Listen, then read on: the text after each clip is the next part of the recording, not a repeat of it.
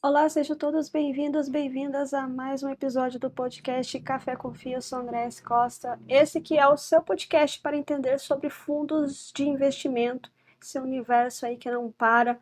No episódio de hoje, a conversa é com Franklin Tanioca, da equipe de gestão e da RBR Asset, e hoje nós vamos falar sobre o RBRP11, o fundo imobiliário da casa, que já foi bastante comentado.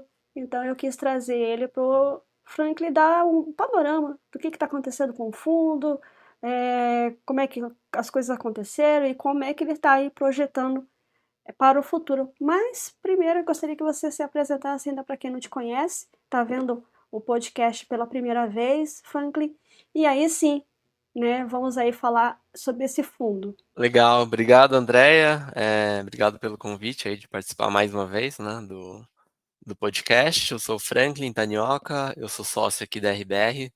Estou na casa, vai fazer 6 anos, então já um bom tempo aqui atuando na gestão de investimentos pela RBR.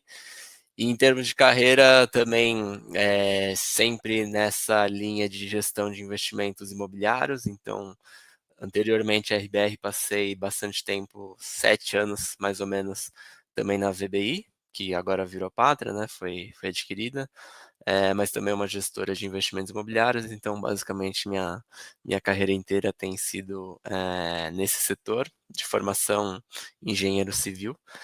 E eu acho que é um setor que passou por bastante transformação, né, ao longo dos últimos 12 anos, aí, em especial pensando em fundos imobiliários a partir de 2019, então pude acompanhar bastante do que tem acontecido na indústria aí, recentemente. Maravilha. Então vamos aí adentrar então RP11. Franklin, qual que é a composição atual do portfólio do fundo? Legal. Hoje o RBR Properties, RBRP11, ele é o nosso fundo de renda híbrida, né? Então, o que quer dizer híbrida hoje aqui no nosso contexto, né? Ele não é um fundo focado em lajes corporativas ou em shopping centers ou em galpões logísticos. É um fundo com um mandato aí muito mais amplo em que a gente pode investir em diversas classes do mercado imobiliário, com foco principalmente em ativos geradores de renda, com renda previsível.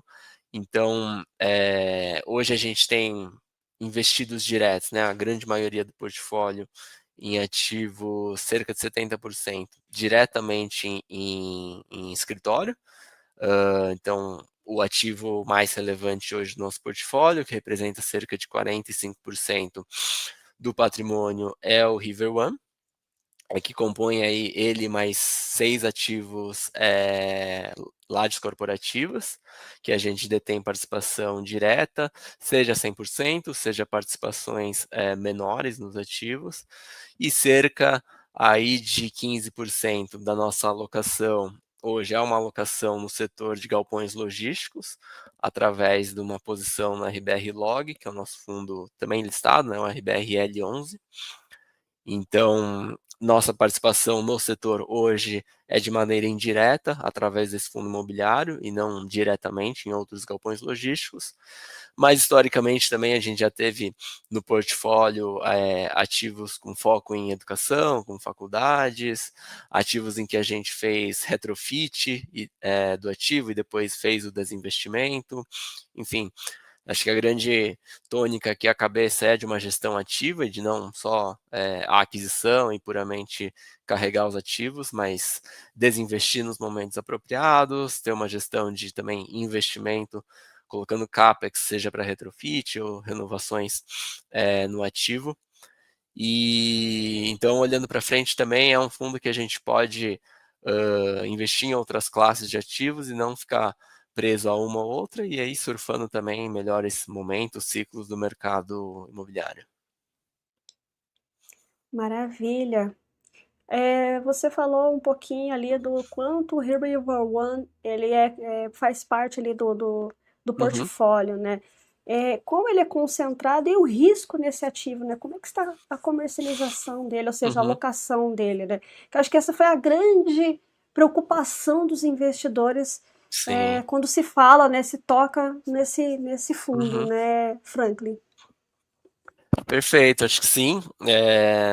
Acho que olhando para trás, é um ativo que representa, né, e representou uma parcela super relevante do fundo, que a gente comprou ainda no final do período de obra, o ativo ainda não estava 100% entregue. Então, eu acho que hoje a gente se encontra com ele super consolidado em termos comerciais, né? A gente está com uma alocação de próximo de 91% do prédio.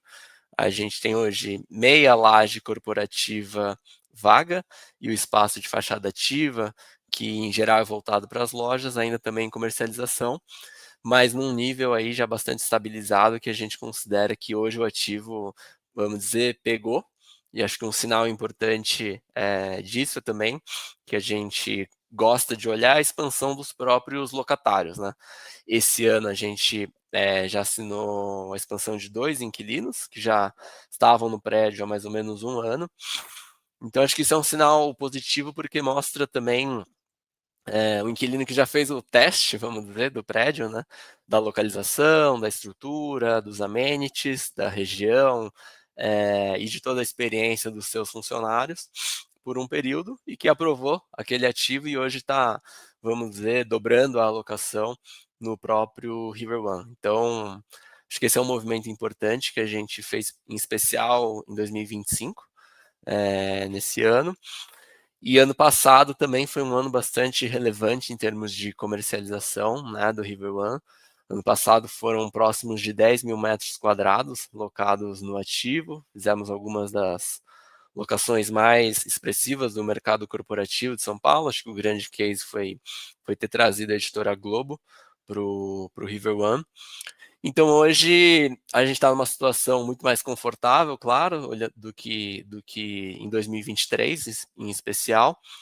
É um ativo já com uma ocupação física bastante confortável hoje, e que a gente tem negociações em andamento, e a gente vem reforçando isso nos relatórios gerenciais, para todos os espaços ainda vagos, que a gente espera até o final de 2025, uma meta interna nossa de encerrar o ano aqui com o River One 100% locado.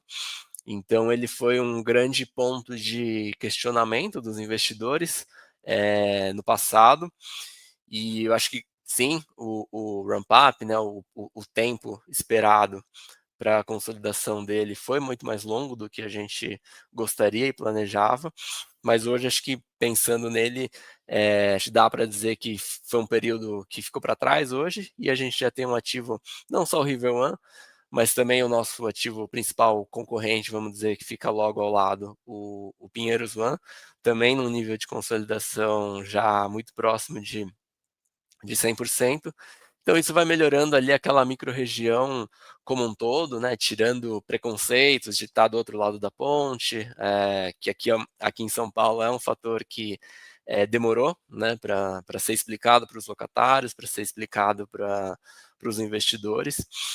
E hoje, além dos 2 prédios hoje já bastante consolidados, em breve também tem a entrega do River South, outro ativo relevante ali, muito próximo do nosso, provavelmente para ser entregue na metade de 2026. Então, que também ajuda a trazer novos inquilinos, trazer mais fluxo diário, que naturalmente também acaba trazendo mais serviços, mais restaurantes, academias, e criando ali um polo empresarial também importante para a cidade.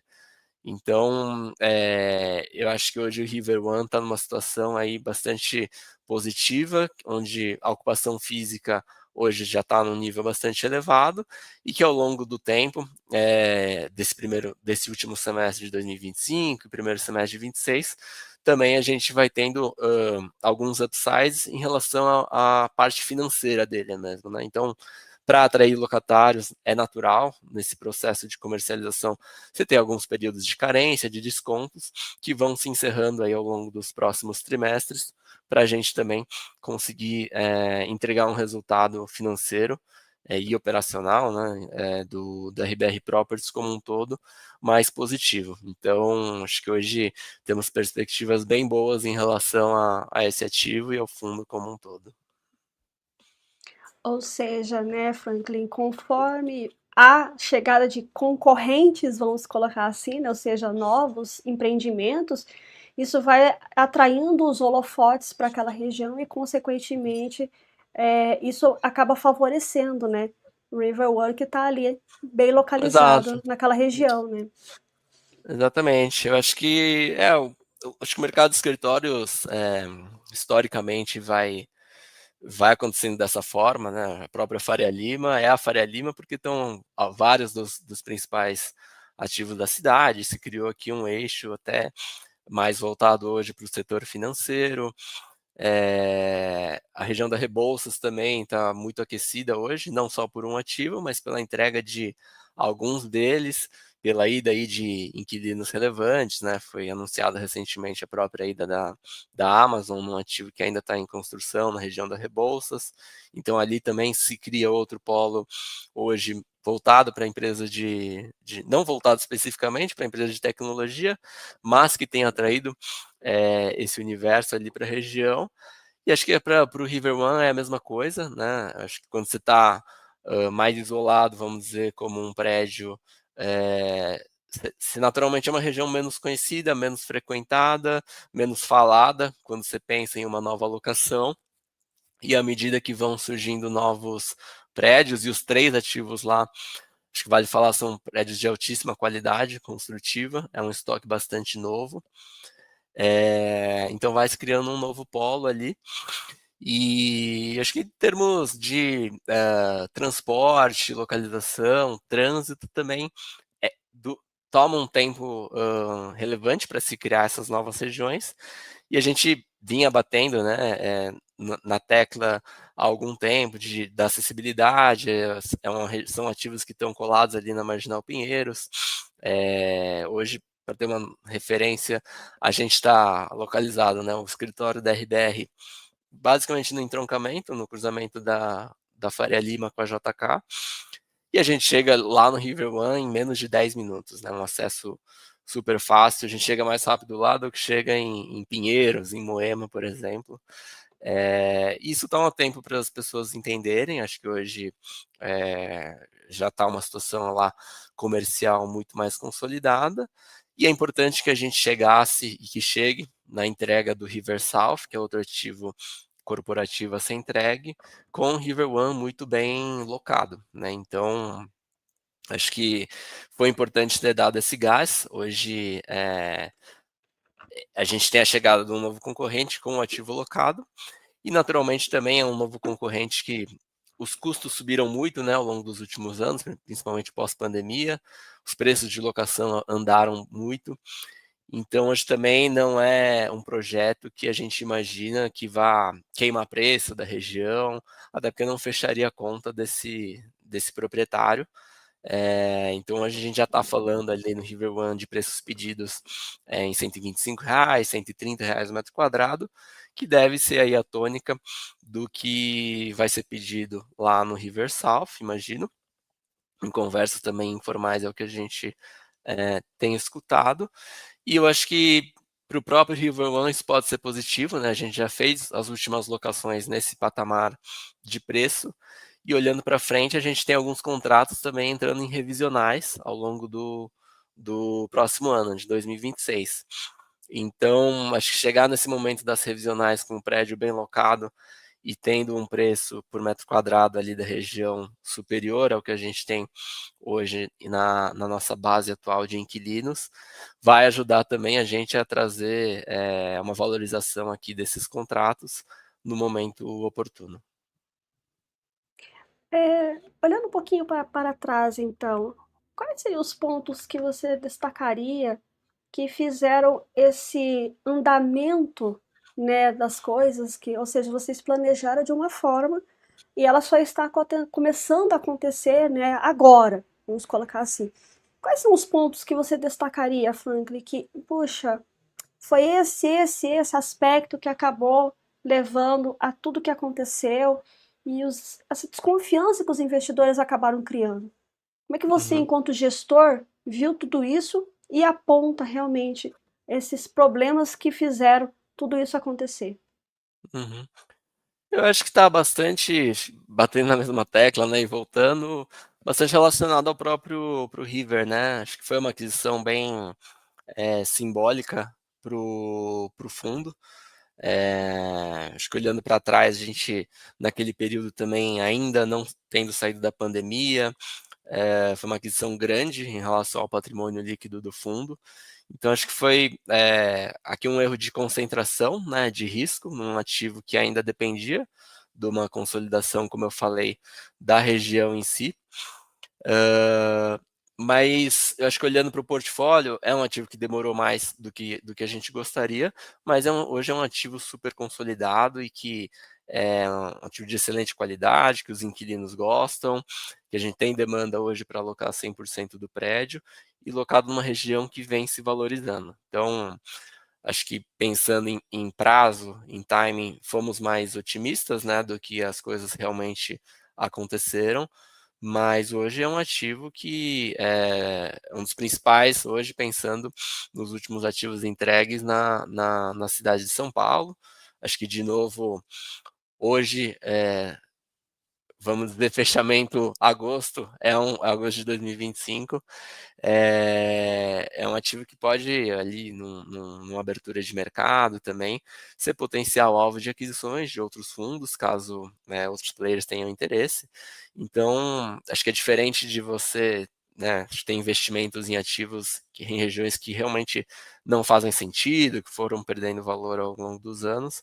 Acho que aqui foi o contrário, mas tivemos sim uma exposição acima do que deveria ter sido a ideal aqui no River One e com um prazo mais alongado, né? Acho que demorou para a gente sair a gente saiu da pandemia em questões sanitárias num período e em questões para o mercado de escritórios isso foi muito mais longo. Acho que hoje a gente já pode falar, tanto em São Paulo quanto, em nível internacional, né, a gente vê os números até dos Estados Unidos, dos escritórios cada vez mais fortes em termos de volta de ocupação, e as empresas também aqui no Brasil cada vez mais, ou acabando com o home office ou tornando o híbrido muito mais presencial do que remoto. Acho que hoje o híbrido se se se baseia no máximo aí a 1, 2 dias, de casa, mas com pelo menos 3 dentro dos escritórios.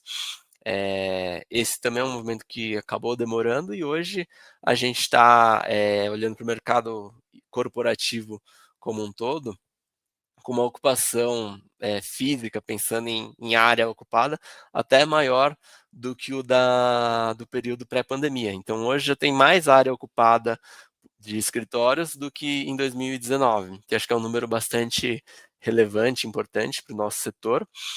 Pensando em taxa de ocupação, ainda não, porque a gente teve algumas entregas também relevantes na cidade, é um crescimento natural do mercado corporativo em São Paulo. Mas hoje já existem mais empresas ocupando escritórios do que no pré-pandemia, e eu acho que agora finalmente a gente chega aqui nesse fim de era do home office, vamos dizer, mas no máximo um modelo híbrido e com perspectivas positivas, né? Eu acho que o crescimento de estoque na cidade é limitado por conta, naturalmente, da escassez de terrenos, e até nas regiões também. Acho que a gente teve um case agora de leilão de CEPAX na Faria Lima, que não foi tão bem, né, quanto se esperava.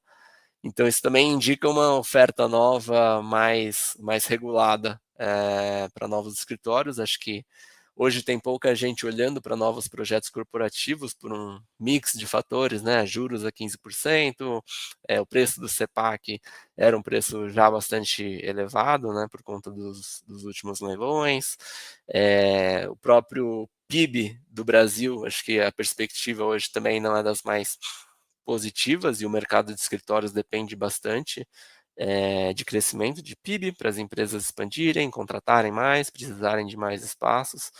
Então, acho que é um conjunto de fatores que acaba limitando hoje uma nova oferta na cidade de São Paulo e que beneficia, de certa forma, também os estoques já prontos, ativos já alocados, que tendem a ganhar uma concorrência menor ao longo dos próximos anos.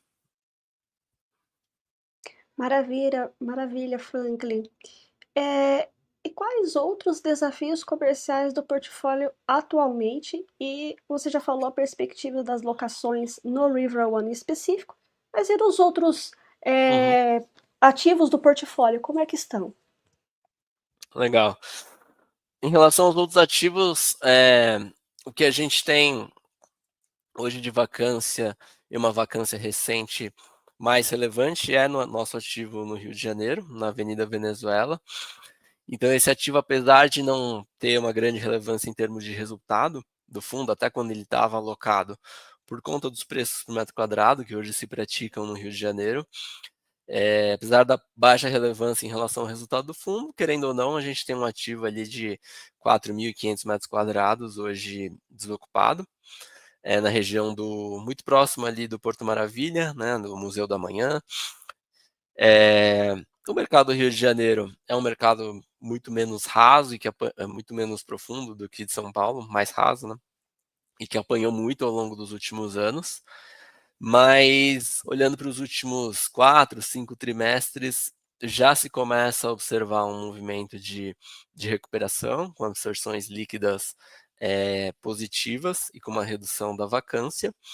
Então a gente tem esse ativo na Venezuela com um trabalho ativo de locação que antes era ocupado por um único inquilino, um monousuário, mas que não necessariamente ele precisaria ser novamente um monousuário. Então a gente tem as duas frentes hoje em atuação, né? Seja para um único inquilino, seja para picar o prédio. Esse é um ativo com lajes bastante eficientes e que poderiam comportar aí 5, 6, 7 inquilinos tranquilamente e até dividir a própria laje do ativo para conseguir absorver aí demandas menores, que também pode ser uma vantagem nesse mercado de Rio de Janeiro. Então, acho que é recente, né, a desocupação pela Estácio que a gente teve lá, mas a gente tem uma atividade comercial hoje em andamento. Essa semana mesmo já tivemos 2 visitas no empreendimento. Então a gente espera também, ao longo dos próximos meses, conseguir alguma alocação, seja mono, seja multi de novo, para endereçar esse ativo que hoje acaba sendo o principal nosso problema, é pouco relevante no contexto macro, no tamanho do fundo, mas que é uma praça é, com números bem menores do que São Paulo e que a gente vem trabalhando para locação. E fora o Venezuela, que a gente está até mudando de nome ele, devemos publicar aí ao longo dos próximos relatórios gerenciais, mas hoje é a única principal vacância, né? Hoje a gente tem outros ativos como o Celebration, hoje 100% locado, alguns conjuntos no Mário Garneiro também, 100% locado, nosso ativo Delta Plaza, ali na região da Paulista, né, na Cincinato Braga, ele está 100% locado também, mas a gente já tem uma vacância sinalizada até o final do ano. Então a gente tem uma saída de um locatário que é a CVM, em dezembro de 2025, mas que essa aí, acho que é o contrário do Rio de Janeiro, é uma área que pode ser até uma oportunidade da gente conseguir valores melhores do que os que vinham sendo praticados. Esse é um ativo que hoje está 100% locado, que a gente fez grandes investimentos aí em áreas comuns, elevadores, nos últimos anos. Então, é um prédio super redondo, numa região que está com uma demanda forte, que é a região da Paulista. Então, aqui, acho que é uma questão de tempo para a gente fazer a troca desse inquilino, mas numa região e num prédio que estão aquecidos aí em termos comerciais. E fora isso, o nosso portfólio. Tem mais um ponto, mas o nosso portfólio logístico hoje 100% locado, né, através do RBR Log. são cinco ativos prontos hoje, 100% ocupados. E na linha de desenvolvimento, que também é algo que acho que pouca gente acaba também olhando com muita atenção dentro do fundo, mas a gente tem um prédio na Jesuíno Cardoso, aqui na região da Faria Lima, em produção, né, em obra, a ser entregue agora no mês de outubro. Né, nossa estimativa de emissão do Habite agora para outubro, então estamos na reta final. E aí sim, esse é um prédio hoje que não está pronto para ser ocupado, mas que a gente já vem trabalhando há algum tempo a locação. Então, ele não é um problema comercial, né? Acho que não dá para classificar nessa categoria, é muito mais uma oportunidade comercial. É um prédio boutique, está ficando super bacana, com 4.700 metros quadrados de área locável, no coração aqui também do Itaim. Então, esse é um ativo que pode ser uma grande fonte de resultado que não vem sendo tão observado, acho que pelos investidores, acho que natural, né? O ativo não está nem pronto ainda, então a gente também não tem dado muito destaque para ele, mas é um ativo na principal região de São Paulo, com padrão construtivo excelente, um projeto super bacana, e que vai ficar pronto. E a gente imagina aí também conseguir fazer uma alocação dele ao longo dos próximos meses, com acho que o preço de locação lá que a gente tem batido acima dos R$ 200 metro quadrado, seria o nosso ativo do portfólio com maior aluguel por metro quadrado. Então, acho que é uma oportunidade, pensando em dividendos, todos os guidances que a gente publica, né, nos nossos relatórios gerenciais, eles são sempre guidances muito conservadores, né? A gente está dando ali um direcionamento com o que a gente já tem locado, com o que a gente já tem é, tanto locado quanto com espaços que já foram avisados que não vão ser renovados, que é o caso da CVM, que eu acabei de comentar. Então, nas nossas projeções, a gente já tem esse impacto das saídas, mas a gente nunca coloca nessas projeções previsões de novas locações, até porque é difícil você cravar e já dar uma expectativa para o investidor com base em algo que ainda não está nem pronto. Então, acho que a gente conseguindo evoluir numa alocação ali naquele ativo pode ser um upside aqui importante para o resultado do fundo. Maravilha. Então, esse ativo, né, que está em desenvolvimento, né, você já tem perspectivas ali de resultado, né? Apesar de eu sei, ele não está pronto, vai, né, vai ser liberado só em outubro, mas já tem perspectivas, Franklin? Esse é um prédio que a gente vem já recebendo visitas de potenciais inquilinos. Ele é um prédio boutique de 4.700 metros, aí, como eu comentei, que pode ser locado para um monousuário, como também pode ser locado para vários inquilinos, né? Ele tem bastante o perfil de um mono, mas também a planta, a laje dele caberiam perfeitamente diversos inquilinos para o prédio.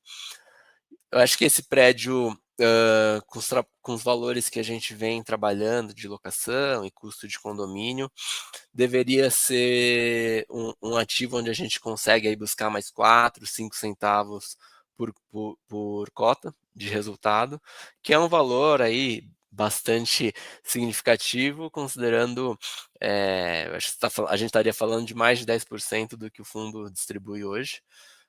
Claro que aí, de novo, nunca uma garantia, promessa, acho que sempre é importante fazer esse disclaimer, muito mais uma projeção do que a gente entende e enxerga de perspectivas aqui para a alocação do prédio. E é uma linha de investimentos aqui que hoje representa próximo de 5% do nosso patrimonial, né, o investimento nesse desenvolvimento. Então, é um investimento que hoje não gera dividendos para um ativo greenfield que está sendo produzido, e que acho que hoje pode ser bastante importante também em termos de um futuro desinvestimento. Acho que é uma fonte de resultado valiosa hoje, a gente produzindo esse prédio próximo de 17.500, 18 mil reais o metro quadrado. Acho que é um custo super, super bom para a região onde ele está sendo produzido. E para os custos, e em comparação aos valores de transações imobiliárias na região, são valores bastante superiores, pensando até na principal referência hoje que a gente tem, transações no edifício The One, né, que fica a 100 metros ali do nosso prédio, na mesma rua. Então, acho que já teve transações naquele ativo já na casa de 32, 33 mil reais o metro quadrado. Então, essa diferença para o custo que a gente vem produzindo é uma referência também importante para o investidor olhar e ter como um potencial ganho lá na frente do que vem sendo produzido como portfólio dentro do RBR Properties. Maravilha, Franklin. Você tocou aí em guidance, algo bem conservador, mas quão significativa é a dependência dos locatários e qual é o impacto em real, né, por cota, caso ocorra atrasos ou quebras contratuais, e qual é o patamar hoje ali de rendimentos do fundo RBRP11? A gente tem vem distribuindo no RBR Properties um dividendo bastante constante ao longo dos últimos meses, de 40 centavos, né, por cota, e a sinalização que a gente tem até o final do ano, entre 38 e 42, mais com essa referência de 40 centavos. Acho que nos próximos meses a gente já deve publicar também um guidance mais estendido, olhando para o primeiro semestre de 2026, né, já entrando no próximo ano. E eu acho que, de novo, a gente colocando tudo na conta, né, que a gente tem, fins de descontos, fins de carências, mas sempre coisas já contratadas, nunca novas locações ou desinvestimentos, vendas. Então, hoje é um número que não considera o, o JC, que é o nosso desenvolvimento ali na Jesuíno Cardoso. Pensando em pulverização de locatários, é um fundo que não tem uma grande dependência de um ou outro nome. Os maiores inquilinos, olhando aqui para o nosso portfólio logístico em termos de área, é o Mercado Livre. Então, é uma dependência positiva, né? Uma maior empresa da América Latina, com um balanço super bom e num momento também bastante pujante de e-commerce e tomando vários espaços, né, no segmento de galpões logísticos. Então, acho que é um excelente inquilino para a gente ter a maior exposição na nossa parte logística. E pensando na parte corporativa, a gente tem um ativo monousuário no fundo, que é o Celebration, nosso prédio na Vila Olímpia, locado para Prevent Senior. Então, acho que esse também a gente tem duas maiores exposições em cada um dos setores e empresas bastante sólidas, referências nos seus segmentos. Então, acho que esse é um fundo cuja característica também é uma pulverização grande hoje de locatários e não uma concentração muito alta em determinada empresa.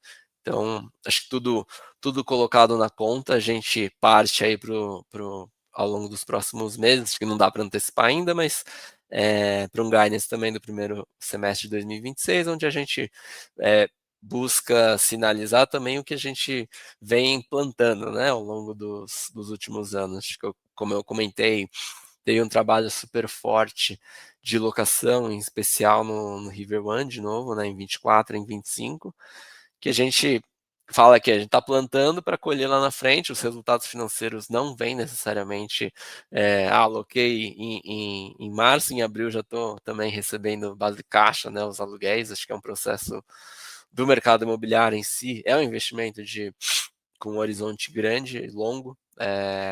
Então, olhando para frente, acho que a gente tem algumas frutas aí a serem colhidas ao longo dos próximos períodos. Falando um pouquinho da área logística, Franklin, como é que você vê hoje esse mercado? Como é que foi 2024 e até como que você está vendo em 2025? E já pensando já em 2026, como é que você está observando aí tanto o mercado de logística e eu puxo o gancho também para lajes corporativas, né? Não só os o portfólio que você tem Uhum, do fundo, mas o mercado mesmo, como é que você vê esses 2 mercados? uhum. Acho que hoje o mercado dentro do imobiliário, de galpões logísticos é uma das bolas da vez aí, né, acho que depois de um longo inverno que o setor viveu antes da pandemia, em que era difícil até de ver reajuste à inflação, né, dos preços na maioria das regiões. Acho que essa realidade teve uma mudança bastante significativa pós-pandemia, acho que com as novas demandas de e-commerce, os hábitos dos consumidores de quererem cada vez mais os produtos com prazos, menores, eventualmente até com entregas no mesmo dia. Então esse é um setor que realmente virou, mudou a chavinha, tanto pela demanda, acho que principalmente pela demanda dos locatários, que reflete na valorização dos ativos. E acho que depois de muito tempo, esses últimos 2, 3 anos e olhando para frente também, a gente tem observado ganhos reais, nos preços de locação e que eram muito raros ou quase inexistentes, né, antes disso. A gente brinca que 10 anos atrás, por 10 anos, né, o mercado, às vezes, Cajamar até, que era um dos mais aquecidos, sempre ali falando na casa de 20, R$ 21, esse número nunca mudava, né, e hoje a gente entra numa nova realidade, tanto em Cajamar quanto em regiões que ganharam muito aqui, regiões próximas do que a gente chama aqui do raio 30, né, de São Paulo, então Guarulhos, Barueri, São Bernardo e região do ABC como um todo, Embu. A gente já começa, a falar de números muito mais próximos de 34, 35 para determinadas regiões. E aí quanto mais próximo de São Paulo, hoje ainda são casos isolados, porque são menos ativos, mas já ouvindo, contratos sendo fechados acima de 40, R$ 45 o metro quadrado. E aí, quanto mais próximo, esses números também vão aumentando. Mas acho que ainda tem bastante espaço para crescimento, não só em São Paulo, como no Brasil inteiro. Então, essa é uma classe que, ao contrário do mercado de escritórios, a gente acredita também olhando para outras praças que estão ganhando uma relevância importante e que têm mercados consumidores também super relevantes acho que o exemplo mais claro é o Mercado Livre, que vem absorvendo muito espaço, mas também para outros players de e-commerce, para indústrias, para operadores logísticos. Então, a região do sul ali próximo de Itapema tem tido grandes absorções, o próprio Nordeste, Porto, próximo de Recife também é uma região que vem ganhando bastante relevância, Brasília e Minas Gerais como um todo. Então existem vários polos hoje, então oportunidades no Brasil inteiro. Acho que é um movimento que veio para ficar, né? Acho que diferentemente do que aconteceu no mercado de escritórios, em que todo mundo falava no meio da pandemia que ninguém mais ia voltar para o escritório, que todo mundo ia trabalhar de casa. Para a gente era a nossa tese, de boa parte acho que do mercado também imobiliário, era de que isso era um movimento temporário e que a volta para os escritórios chegaria, eu acho que chegou. Então foi um efeito temporário ali mesmo de pandemia, mas na parte de galpões logísticos, esse sim, a transformação que ocorreu foi um fenômeno, vamos dizer, eterno, que pode ser projetado para frente, né? As pessoas não vão, pós-pandemia também, agora, eu já não preciso mais do prazo de entrega tão rápido que eu tinha na pandemia, né? Então, estou confortável também em esperar mais tempo. Acho que esse tipo de hábito não se muda e a necessidade de ter cada vez mais espaço para galpões logísticos, isso sim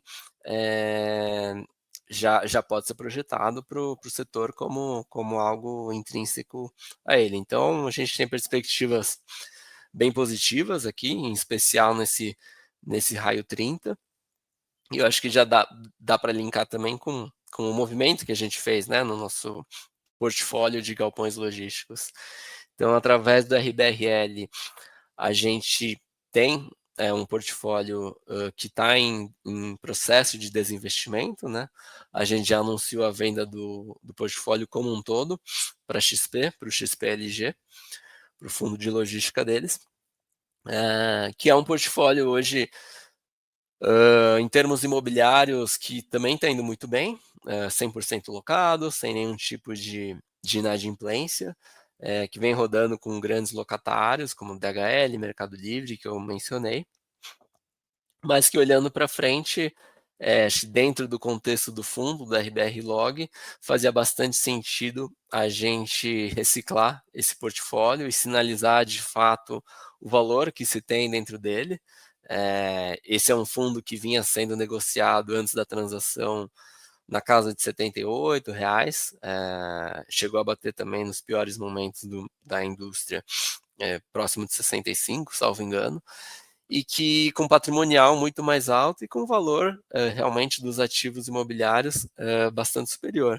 Então a gente fez essa venda também para sinalizar isso, uma venda já no patamar próximo de R$ 105 o metro quadrado, pensando no RBR Log, bastante superior ao preço de tela, né, que vinha sendo negociado, e a gente tem um movimento de reciclar esse portfólio, que hoje tem uma exposição em Extrema, em Hortolândia, e em Franco da Rocha, e ter a oportunidade que acho que poucos fundos imobiliários tiveram aí ao longo da história de começar uma nova fase do fundo, um novo portfólio, e conseguir reposicionar para o que a gente acredita que se tornou o mercado logístico mais resiliente, que é mais próximo aí dos grandes centros consumidores, nesse raio 30 das principais capitais, em especial em São Paulo. Então, no RBR Logístico, a gente está no meio do processo, né? Primeiro de conclusão da transação, para posteriormente reposicionar o nosso portfólio de galpões como um todo, nessas praças onde a gente entende mais resilientes e com uma demanda mais pujante ao longo dos próximos anos. E isso não tem um efeito hoje imediato em termos de dividendo para o RBR Properties, acho que é importante comentar isso, né? Não é que a gente fez uma venda agora para distribuir um dividendo extraordinário, mas muito mais um movimento ativo num fundo em que o RBR Properties tem uma participação relevante, né? 29%, 30% do fundo, da RBR Log. Então, hoje é um ativo investido nosso no P, que passa por um movimento de gestão ativa e que tende, acho que a performance do fundo mesmo no ano já tem sido bastante positiva. Pós-transação, o fundo também subiu para um patamar de preço melhor, né, mais bem precificado, e aos poucos a gente consegue, eu acho, melhorar esse investimento do RBR Properties. Então, acho que essa é uma linha importante, né, do nosso portfólio logístico. E olhando para o mercado corporativo, eu acho que aqui sim a gente gostaria de focar realmente em São Paulo capital. Então, esse mercado acho que é um que a gente não vê, não tem nos nossos planos, né, novos investimentos fora de São Paulo. Inclusive Rio de Janeiro é um ativo hoje que a gente tem um resquício do passado e que a gente vem trabalhando para alocar, mas não deve ser uma praça aí para novos investimentos da RBR fora de São Paulo. Mas eu acho que aqui, onde a gente está posicionado, tem sido um período bem positivo também para o mercado corporativo. Como eu comentei, acho que o trabalho presencial de fato voltou. A gente tem acompanhado números de absorção bruta, absorção líquida, taxa de vacância, já muito positivos ao longo dos últimos 13 trimestres, salvo engano, né? Então, há 13 trimestres aí reduzindo vacância e aumentando a área ocupada pelas empresas. Então, eu acho que olhando para o macro, né, do Brasil como um todo, a gente e da classe, né, de fundos imobiliários, a gente até estava conversando antes de entrar aqui, a gente tem um ambiente desafiador, né, de taxa de juros com uma Selic a 15%, perspectivas fiscais preocupantes e com uma eleição presidencial em vista, né, no próximo ano, mas que abre oportunidades justamente porque o ativo principal, né, o ativo em que os investidores estão alocados, que é o mercado imobiliário, através desses fundos, tem ido muito bem.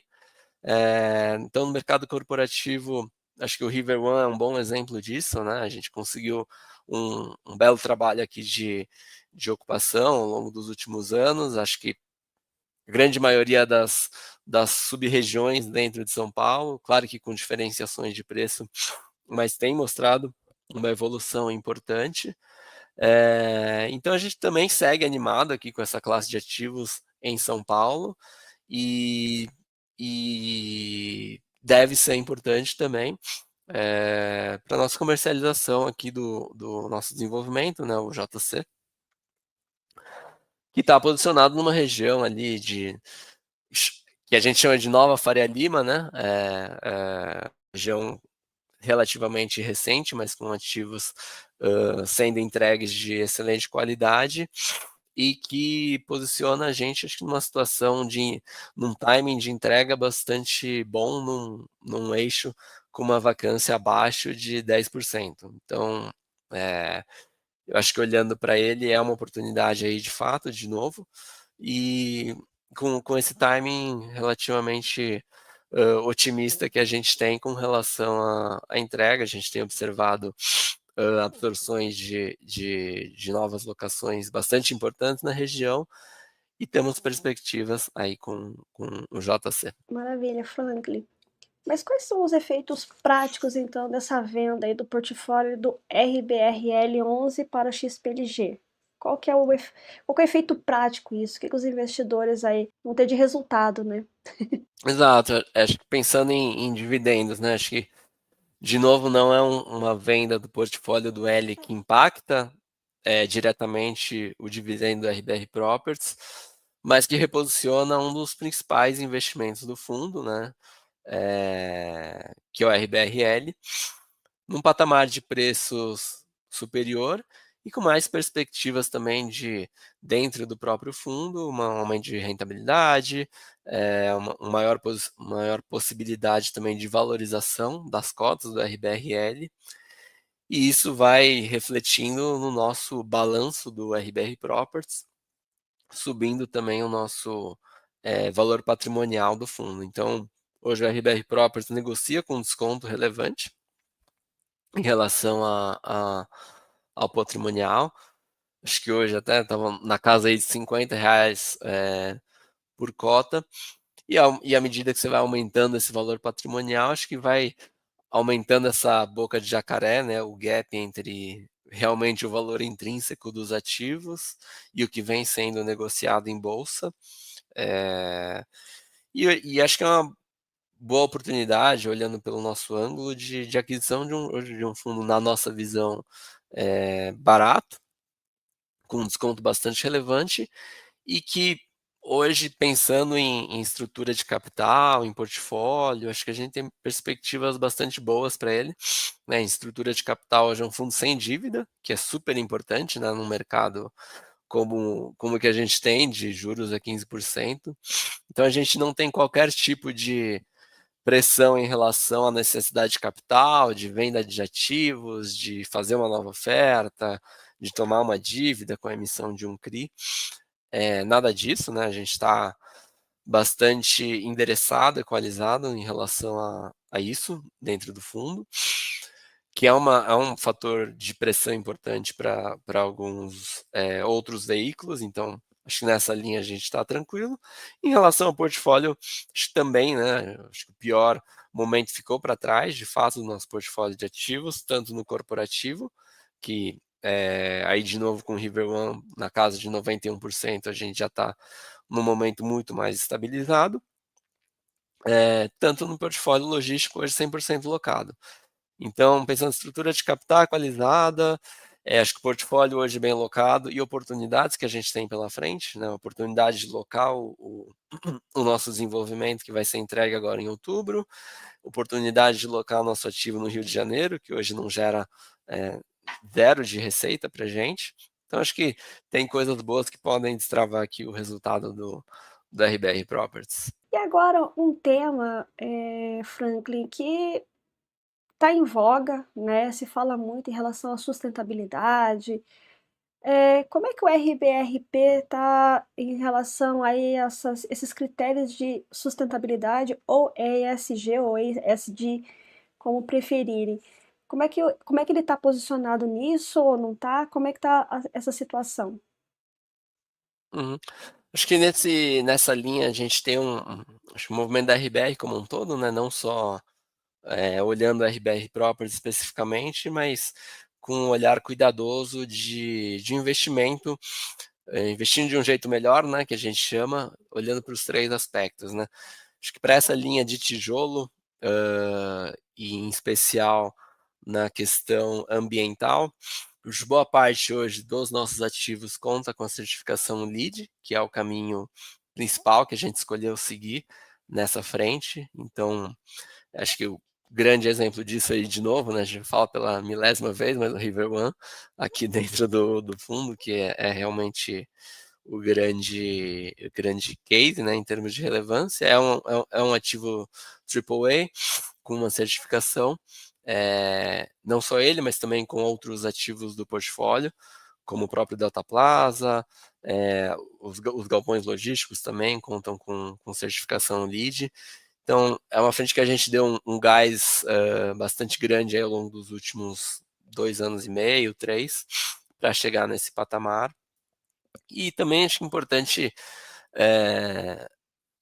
nessa frente, bastante importante, questão de governança, né? Então, a gente também aumentando, também preferindo, né, do nosso lado, investimentos onde a gente possa ter governança dos ativos e não depender meramente de ser carona, vamos dizer, de outros proprietários. Então, essa questão de controle para definir o dia a dia dos prédios, tomar as decisões com o maior nível de profissionalismo possível, é importante. Então, nosso principal ativo, o River, a gente tem 100%, na grande maioria deles também, controle dos ativos.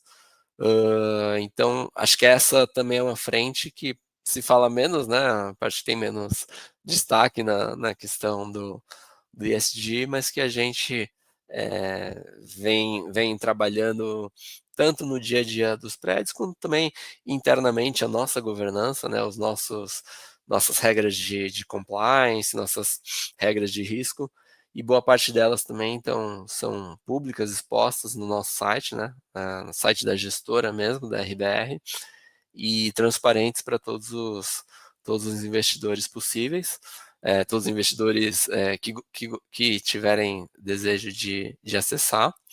E acho que na frente social também é uma questão super importante aí, pensando no nível de RBR, nível de gestora. Então, a gente hoje já destina parte do nosso lucro líquido para apoio a algumas instituições, principalmente com foco educacional, a primeira educação básica. Hoje são 6 instituições, né, que a gente apoia. Alguns dos nossos sócios fazem parte dos conselhos dessas ONGs, dessas instituições. Então, são iniciativas que a gente vê bastante de perto, inclusive tentando apoiá-las com não só financeiramente, mas também em termos de governança e acesso também a outras pessoas e outras instituições que a gente tem. E tudo isso também está bastante transparente nos nossos relatórios gerenciais, e é algo que a gente tem bastante orgulho de conseguir contribuir. Franklin, mais uma vez gostaria de te agradecer por você ter vindo aqui no canal, né, no podcast, trazer sua expertise, como é que está o mercado, tanto de lajes quanto o mercado de logística, que vem super se aquecendo, né, ao longo dos últimos anos. Então, eu gostaria que você deixasse as suas considerações finais e as mídias sociais para quem quer conhecer ainda mais aí tanto o RBRP11 quanto o RBRL11. Legal, obrigado, Andréa, de novo, pela segunda aqui participação nesse bate-papo. Acho que são ótimos bate-papos para a gente tentar contribuir ao máximo com os investidores, dar maior nível de transparência, expor a nossa cabeça aqui, né, compartilhar o que a gente pensa para o fundo, as nossas preocupações, onde a gente vê oportunidades. Então, acho que esse tipo de trabalho que você faz é super importante aqui para a nossa base de investidores. E também a gente, nosso time de RI é super acessível através principalmente do e-mail, que é o contato@rbrasset.com.br, onde a gente recebe aí dúvidas todos os dias e tenta, de forma mais rápida possível, endereçar todas elas. Claro que às vezes a gente também acaba não conseguindo responder na celeridade que a gente gostaria, mas sempre buscando responder 100% dos cotistas, dos investidores que acessam a gente. Então, acho que esse é o melhor meio de contato aqui hoje. Maravilha! Mais uma vez, muito obrigada, Franklin. E pessoal, até o próximo episódio aí do podcast Café com Fim. Se você não é inscrito, se inscreva, acione o sininho e compartilhe esse conteúdo. Não esqueça de deixar o seu like também. Se preferir, estamos aí nas principais plataformas de streaming também. Até o próximo episódio. Tchau, tchau. Tchau, tchau, Franklin. Tchau, tchau, obrigado.